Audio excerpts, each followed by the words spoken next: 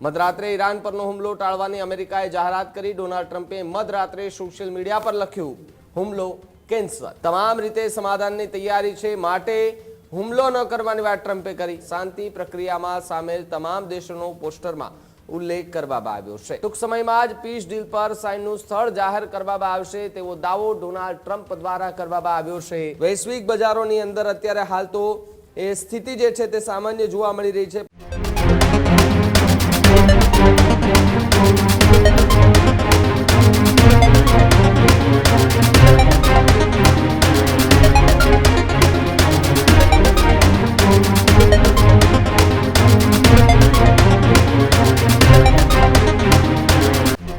ગઈકાલે અમેરિકાના રાષ્ટ્રપતિ ડોનાલ્ડ ટ્રમ્પે એક જાહેરાત કરી હતી કે આજે રાત્રે ઈરાન પર ખૂબ મોટો હુમલો અમેરિકા કરશે, પરંતુ મોડી રાત્રે અચાનક એક પોસ્ટ સામે આવે છે જેમાં ડોનાલ્ડ ટ્રમ્પ એ વાતની પુષ્ટિ કરે છે કે હવે આ હુમલો નહીં કરવામાં આવે। મધરાત્રે ઈરાન પરનો હુમલો ટાળવાની અમેરિકાએ જાહેરાત કરી। ડોનાલ્ડ ટ્રમ્પે મધરાત્રે સોશિયલ મીડિયા પર લખ્યું, હુમલો કેન્સલ। ઈરાન સાથેનું ટ્રમ્પનું યુદ્ધ હવે ઉંદર બિલ્લીની દોડ સમાન બની ગયું છે। તમામ રીતે સમાધાનની તૈયારી છે, માટે હુમલો ન કરવાની વાત ટ્રમ્પે કરી। ઈરાને તમામ રીતે સમજૂતી કરવા તૈયારી દર્શાવી છે તેવી વાત ડોનાલ્ડ ટ્રમ્પે કરી, જ્યારે શાંતિ પ્રક્રિયામાં સામેલ તમામ દેશોનો પોસ્ટરમાં ઉલ્લેખ કરવામાં આવ્યો છે। શાંતિ પ્રક્રિયામાં ઇઝરાયલ, સાઉદી, યુએઈ, કતાર પણ સામેલ છે, જ્યારે તુર્કી, બહેરીન, કુવૈત, જોર્ડન અને પાકિસ્તાનનો પણ ઉલ્લેખ કરાયો છે। ટૂંક સમયમાં જ પીસ ડીલ પર સાઇનનું સ્થળ જાહેર કરવામાં આવશે તેવો દાવો ડોનાલ્ડ ટ્રમ્પ દ્વારા કરવામાં આવ્યો છે।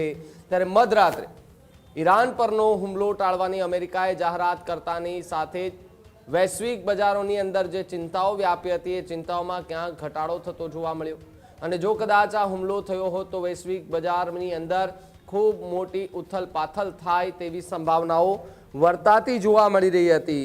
ત્યારે ડોનાલ્ડ ટ્રમ્પે મધરાત્રે સોશિયલ મીડિયા પર હુમલો કેન્સલ કરવાની જાહેરાત કરી। આ જાહેરાત થતાની સાથે ન માત્ર બે દેશો એટલે કે ઈરાન અને અમેરિકા, પરંતુ દુનિયાભરના જે દેશો આવેલા છે તેમણે પણ હાશકારો અનુભવ્યો, એક રાહતનો શ્વાસ લીધો હતો, કારણ કે જો ડોનાલ્ડ ટ્રમ્પ દ્વારા કોઈ મોટા હુમલા ઈરાન પર કરાવવામાં આવે તો એમની અસર ન માત્ર બે દેશો પરંતુ અનેક દેશો, દુનિયાના અનેક એવા દેશો છે નાના મોટા કે જ્યાં સીધી જ અસર પડી શકે તેવી સંભાવનાઓ છે, અને મોંઘવારીનો માર હજુ પણ વધી શકે એવો છે। ક્રૂડ ઓઇલના ભાવ સતત વધતા જોવા મળ્યા છે, ત્યારે પેટ્રોલ, ડીઝલ, ગેસના ભાવમાં પણ લગાતાર વધારો આવે તેવી પણ સંભાવનાઓ વર્તાઈ રહી હતી, પરંતુ આ જાહેરાત બાદ વૈશ્વિક બજારોની અંદર અત્યારે હાલ તો એ સ્થિતિ જે છે તે સામાન્ય જોવા મળી રહી છે। પરંતુ ગઈકાલે ડોનાલ્ડ ટ્રમ્પે જ્યારે જાહેરાત કરી હતી એ જાહેરાત થયા બાદ વૈશ્વિક બજારોમાં પણ એક ચિંતાનો માહોલ હતો કે જો આજે કતલની રાત ગણી શકાય કે જો આજે રાત્રે હુમલો થાય છે તો વૈશ્વિક બજારની અંદર ખૂબ મોટા પાયે ઉથલપાથલ થાય, અને જો ન થાય છે તો વૈશ્વિક બજારો એ એકદમ સ્થિર અને શાંત પણ રહી શકે છે। પરંતુ ડોનાલ્ડ ટ્રમ્પે હુમલો ન કરવાની જાહેરાત કરતાની સાથે જ વૈશ્વિક બજારોની સ્થિતિ અત્યારે નોર્મલ છે, સામાન્ય જોવા મળી રહી છે। પરંતુ જે જાહેરાત કરવામાં આવી, ન માત્ર પહેલી વારની જાહેરાત, આની પહેલા પણ એક જાહેરાત કરવામાં આવી હતી કે અમે ઈરાન પર હુમલા કરીશું ને ઈરાનનો ખાત્મો કરી દઈશું।